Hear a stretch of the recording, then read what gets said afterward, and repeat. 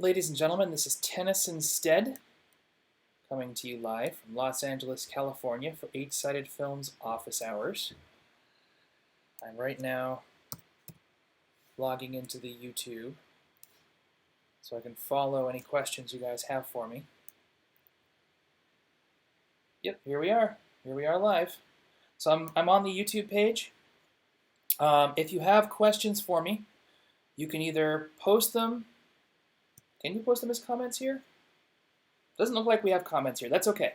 You can find me on Twitter at Tennyson E Stead.com, at Tennyson E Stead on Twitter. That's how you find me. So I'm watching my notifications right now. If there's anything you want me to talk about, any questions you have about the work that we're doing, any questions about work that you're doing, any links you want me to check out while I'm sitting here on the interwebs, just go to at Tennyson E Stead on Twitter, send them my way, and I'm going to post a link right here. Can I do that in the YouTube? Doesn't look like I can edit the stream live, but I'll keep mentioning it. Getting a phone call from a collaborator. So let me just text her real quick. I haven't gotten any questions yet, so presumably yeah, it says here I'm the only person watching. That's fine.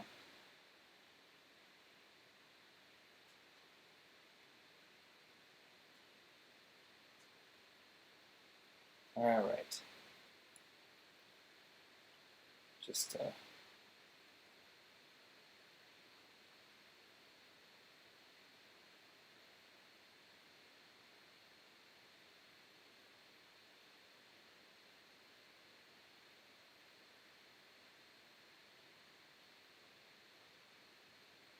we go.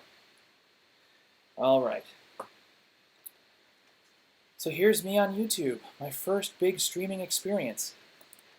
Typically, how it works with office hours is if nobody's checked in within half an hour, I'm at that point pretty confident nobody actually is going to check in, and I'm a busy man with work to do. So if folks aren't needing what we've got, I'll just I'll come back next week. But I'll give folks half an hour to show up just because I know life is complicated. and things get busy for people. So once again, this is Eight Sided Films office hours. I'm here to answer any questions folks have about the work we do here at Eight Sided Films, the work they're doing on their own, and the way to ask me questions right now is on Twitter. So you just go to Twitter. Twitter.com/Tennyson E Stead, TENNYSONESTEAD, and you ask me questions. That's how this works.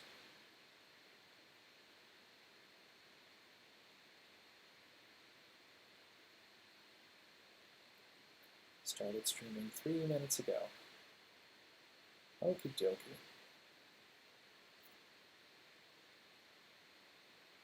Oh wait, we do have a comment section right here on the side. Yeah, you can ask me your questions right here on the stream as well. There's a chat. That's good. We've got a chat. I didn't notice it. So now I'm all acclimated to the streaming environment. It's good. Ah.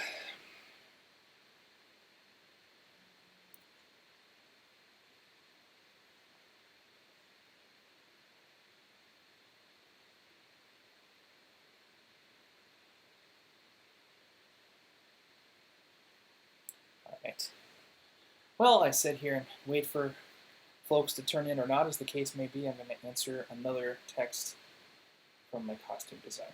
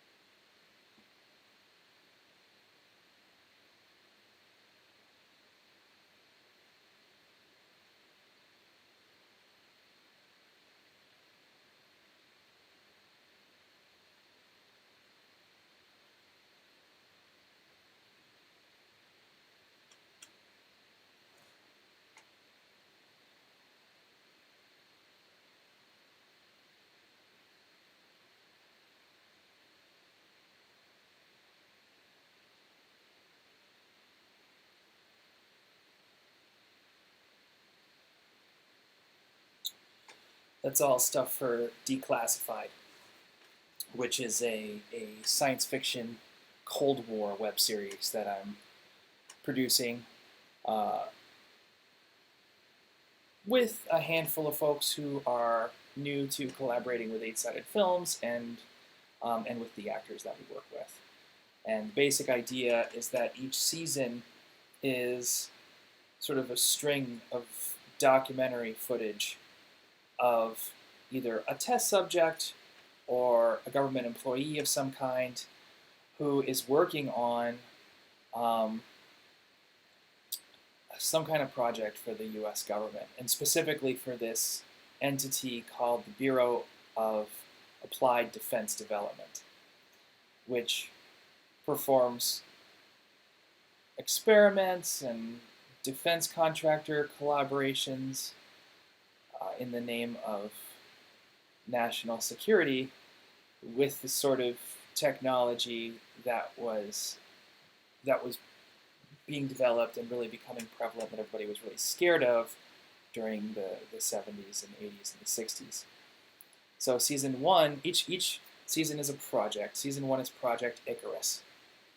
And it's got one actor, it's Gerard Marzilli, playing an astronaut, a man in the space program who was only secretly part of the space program by the name of Wick Pierce, who was recruited out of Edwards Air Force Base, having been a pilot who was shot down in Vietnam. He was an F-4 pilot before he was a test pilot. And he was recruited because he was deemed to be the kind of person who could live on his own without any human contact for a very, very long time. And the idea behind Project Icarus was that with the space program transitioning into the space shuttle, with the Apollo program starting to shut down, NASA was going to have to get what it could out of its budget and its resources and its technology while they had the opportunity. So they partnered with a couple defense contractors who were working on nuclear rocketry. They took a Saturn V and sort of overhauled it real quick and launched Captain Pierce on a one-way mission to Saturn's moon of Titan, basically to see if they can get there. It's an 8-year trip through the asteroid belt and past Jupiter. And the job, because as we know from the Eight-Sided blogs, the developmental breakdown, and all the other stuff that I do to sort of educate people about how cinema works, the job of a director is to give the actor an action. And there's not a lot that you can do, you would think, stuck in a command chair surrounded by electronics with no place to move for 8 years. But there's really two things that become much, much harder to do in that environment. One of them is to maintain the spacecraft that Wick is in, because there isn't a lot of room for him to move. He doesn't have a lot of resources. And the other is to maintain himself.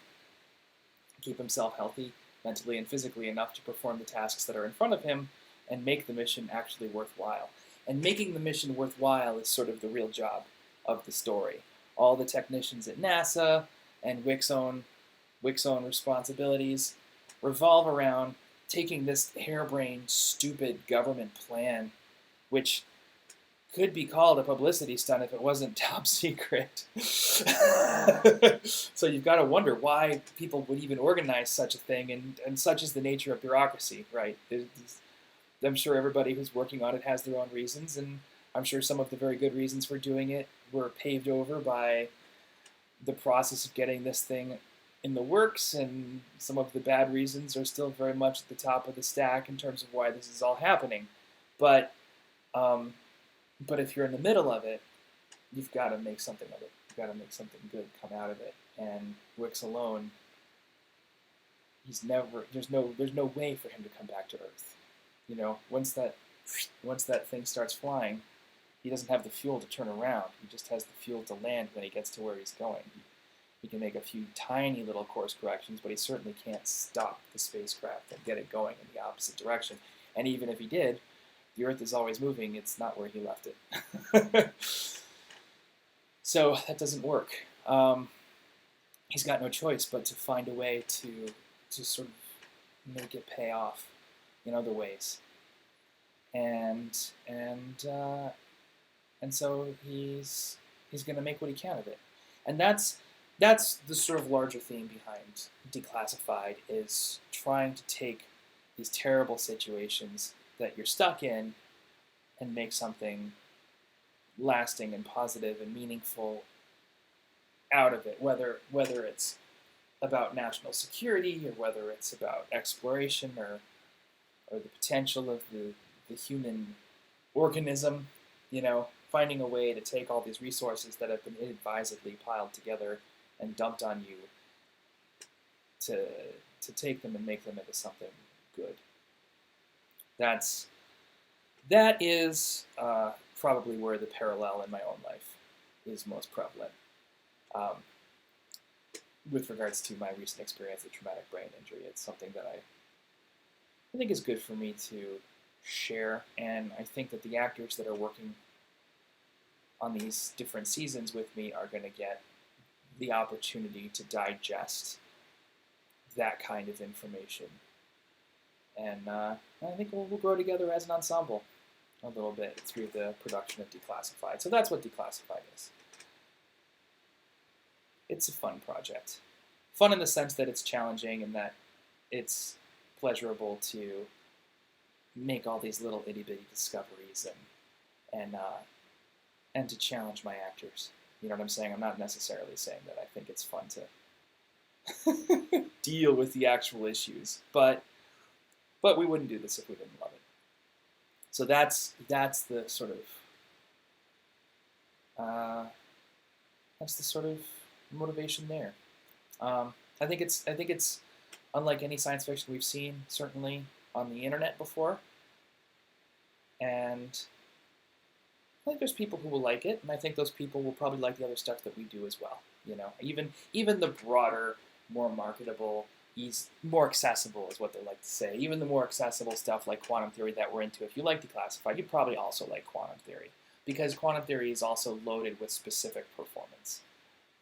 The thing that makes our ensemble work is the fact that the actors that we work with and the filmmakers that we work with and the craftspeople are constantly looking for opportunities to express themselves more specifically than they have in the past, and to draw that level of specificity out of their collaborators. We're all very similar in that that's how we define quality and excellence. And that similarity gives us basically no ceiling in terms of how far we can go with our creative process, because we can always improve. We can always dig deeper into specificity. We can always find more layers, and we can always get better at blending those layers together seamlessly to create a more human experience, whether what we're doing is, slapstick comedy and very funny and quick, or whether it's very serious drama like Man and Machine, which is the film we're going to be working on after Quantum Theory. Having that richness of specificity gives everything a more human tone, and it creates an opportunity for the audience to see the characters as individuals making individual choices for their own very personal reasons, and not just as archetypes that are put there to tell them how a certain kind of person is, or how a certain kind of person is supposed to be. And giving our audience the opportunity to sort of peel into the stories that we create as though these people were actual people out there in the world, it opens the door to more rejection than we would see if we just told them, here's the ideas that we're having, and then presented them in a way that's more generalized and non-specific and sort of opaque to criticism. But it also means that the audience gets to engage one another through that specificity more completely, because they may not all agree with each other on how they feel about what they've seen, or whether or not they empathize with certain characters, or whether or not they have learned to empathize with a character a little more completely because of what they've seen. and being able to engage each other on all those different layers, that gives them a more finely tuned framework for interaction. And it means that as they leave the theater, the movie theater, or whatever venue they happen to be watching our productions in, they get to engage each other more completely in a more robust way for the rest of their lives. You know, that standard has been set at that point, and their interactions with each other are going to be richer down the road. That's the value of culture. Yeah, somebody's got to show up and ask me a question, or I'm just going to keep rambling. You people, you got to throw me a bone here, huh? Let's check my Twitter, see if anybody's on Twitter. I can see nobody's watching. I can see I'm all here by myself. That's okay. It's all right. We got to get the rhythm of office hours down so people know they can come. That's part of what this is about. And in the meantime, I'm going to take a quick look and see. Okay. All right, get that sorted out. Very good. So, and in fact, I can put that in my calendar right now. One of the funny things about brain damage is that you gotta write everything down. All right.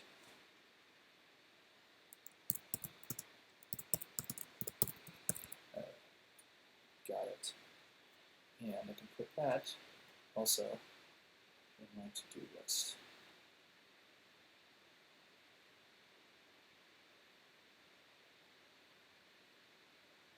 So that is what that is all about. Done. Good. Good, good, good.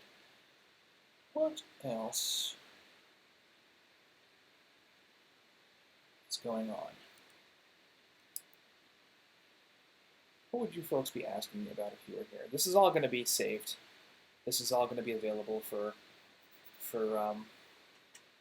review later down the road. And like I said, I won't go on more than half an hour. If we hit the half an hour point and nobody showed up on the stream, then we will break until next week.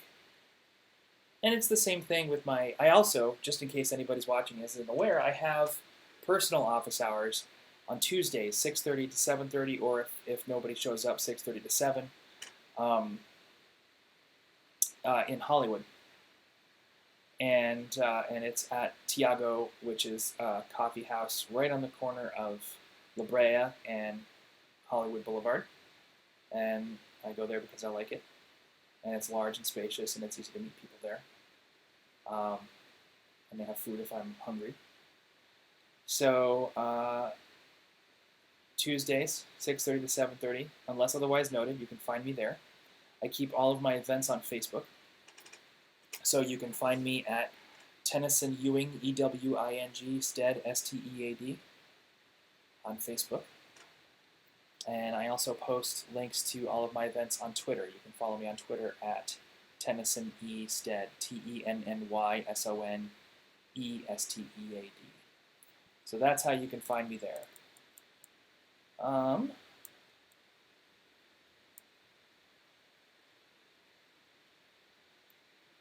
Our social media manager, Lee Holmes, is going to be chuckling.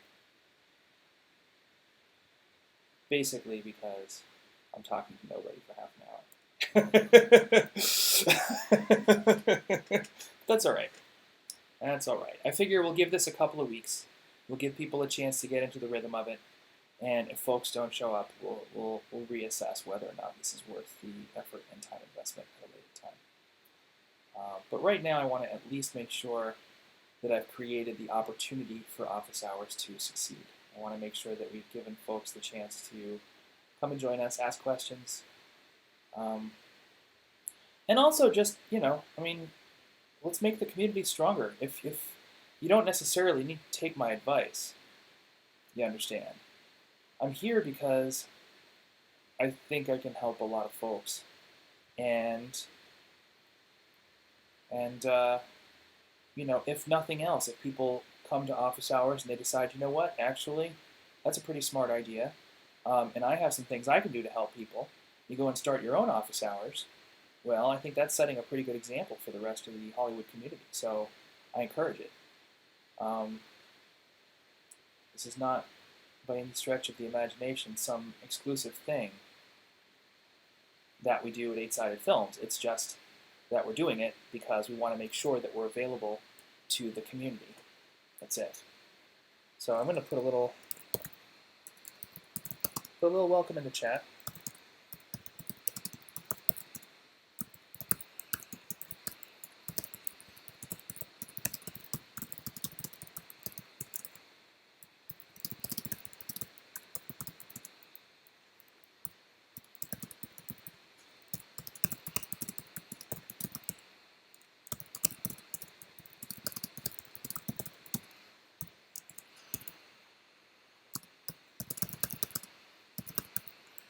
There we go. There's a little welcome.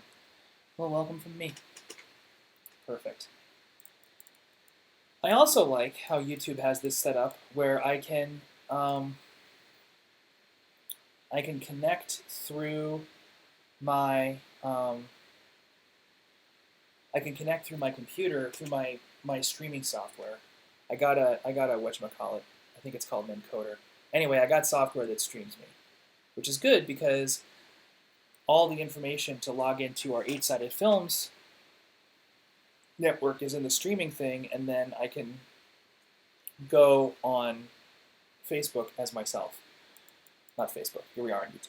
But my point is I can go on YouTube and it says here I'm Tennyson Stead as opposed to 8-Sided Films. I think that's pretty neat. I can be two people at once. That's what I'm saying. It's through the power of I've cloned myself. That's what I've done. So, huzzah for that.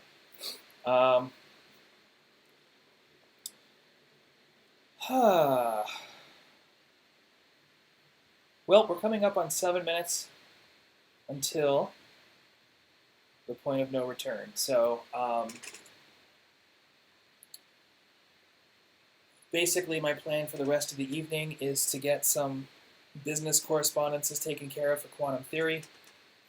I'm working on a lot of development stuff as far as quantum theory goes, and that's true every single week. And once that work is done, I can afford to put some time into a spec screenplay that I'm working on for hopefully a more active year next year in terms of my relationships with other production companies as a screenwriter. I've got some plans in the works vis-a-vis new representation and such, which I am working on cultivating and helping some other entrepreneurs bring their plans to fruition. I won't talk any more about that until I see it happen. But if it does happen, it'll be great. And I want to make sure that I've got more content coming for those folks. And if it doesn't happen, then hey, look, there's other things you can do with the screenplay. Maybe I'll submit to a screenwriting contest. I'm sure I'll send it out to my own contacts and see if anybody's interested. It's a cool screenplay that I'm working on. And I've got some other stuff coming up down the road. I've also got some ideas for micro-budget cinema I can do with the ensemble that I need to work on. So, you know, plenty to keep me busy this evening. 5 minutes. 5 minutes, folks. You've got 5 minutes to get your butt in here and start asking questions. All right, I'm going to put that on Twitter, is what I'm going to do.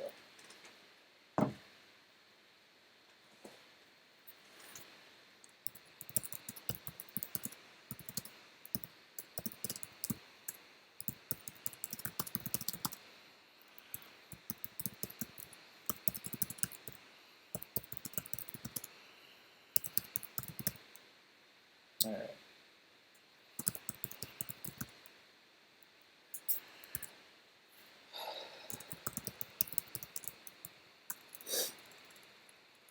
Otherwise, I'll see you next week.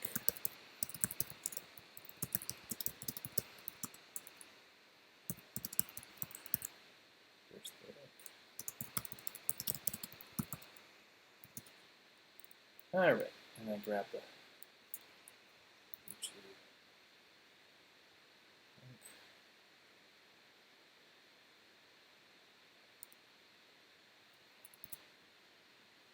go. Put that on Twitter. Not the fastest guy with computers, but I get it done. I get it done.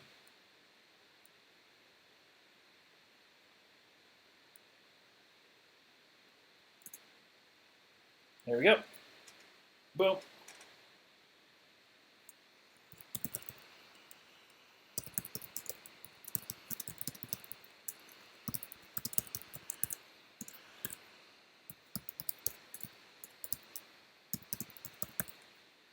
Hashtag office hours.